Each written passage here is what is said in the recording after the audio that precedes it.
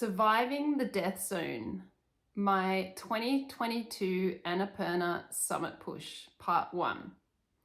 We pushed higher, carving out a precarious campsite above the rest, perched at 6,850 meters where the air was razor thin and every movement burned energy. Below us, most climbers had stopped at 6,700 meters, their last camp before the summit push. Many were relying on supplemental oxygen, but I knew from that height without it my chances were slim. I needed every advantage, so we kept climbing. I moved alongside Dawa Tenzing Sherpa, my trusted climbing partner since 2011, when we summited Everest together. We had shared months of expedition climbing on high mountains since.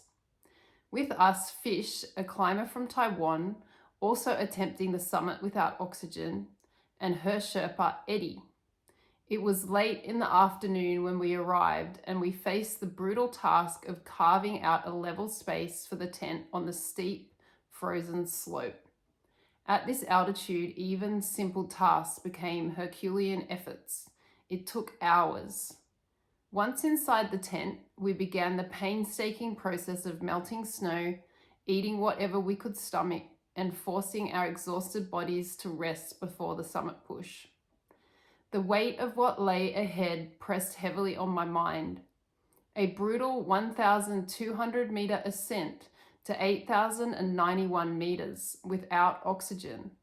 A single shot because I never wanted to return to this mountain again.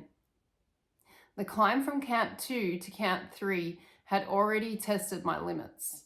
Twice we moved through the night, avalanches roaring past as we skirted the edge of the Crosshair Couloir. A 100-meter ice serac loomed ominously above, threatening to collapse without warning. And then, the previous night, sleeping beneath an ice cliff, I woke to the Sherpas shifting the tent around me. The ice beneath us was crumbling.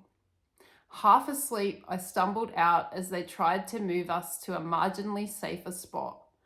No one knew if it was truly safe, but we were too exhausted to care. We fell back into restless sleep. At 11 p.m., it was time. The summit push began. The wind was still, and headlamps flickered across the darkness as climbers moved like shadows up the mountain. We pressed on until we hit a bottleneck. A struggling climber blocked the path on an icy section, and with no way to pass, we were forced to wait. Time slipped away. The cold crept in. My feet went numb. The other climbers using oxygen were insulated against the worst of it. I was not. Finally, the way cleared. We reached a flat section where the group ahead paused for a break, and we seized the chance to pass them. The route ahead was brutal, a long, relentless traverse across the Sickle Glacier, over a kilometer of exposure and void yawning below us. The sun began to rise, but with it came a biting wind.